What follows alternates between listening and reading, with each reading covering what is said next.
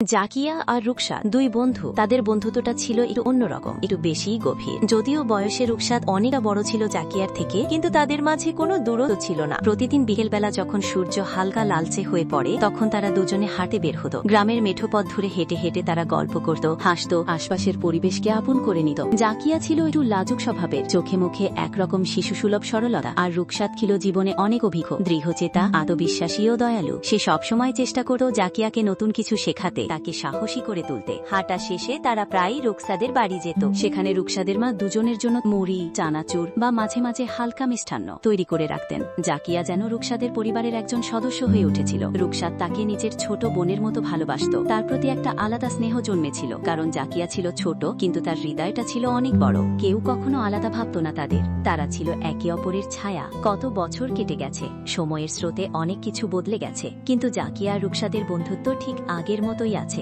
আজও যদি তারা একসাথে হাঁটে, গ্রামের মানুষ বলে, এই তো আবার দেখা গেল সেই পুরনো দুই বন্ধুকে। এই সম্পর্ক শুধু বন্ধুত্ব নয়, এটা ছিল বিশ্বাস, স্নেহ আর নির্ভরতায় গড়া এক অদ্ভুত সুন্দর বন্ধন, যেটা সময়কে হার মানায়। আরও এইরকম গল্পের জন্য আমাদের চ্যানেলটি সাবস্ক্রাইব করুন।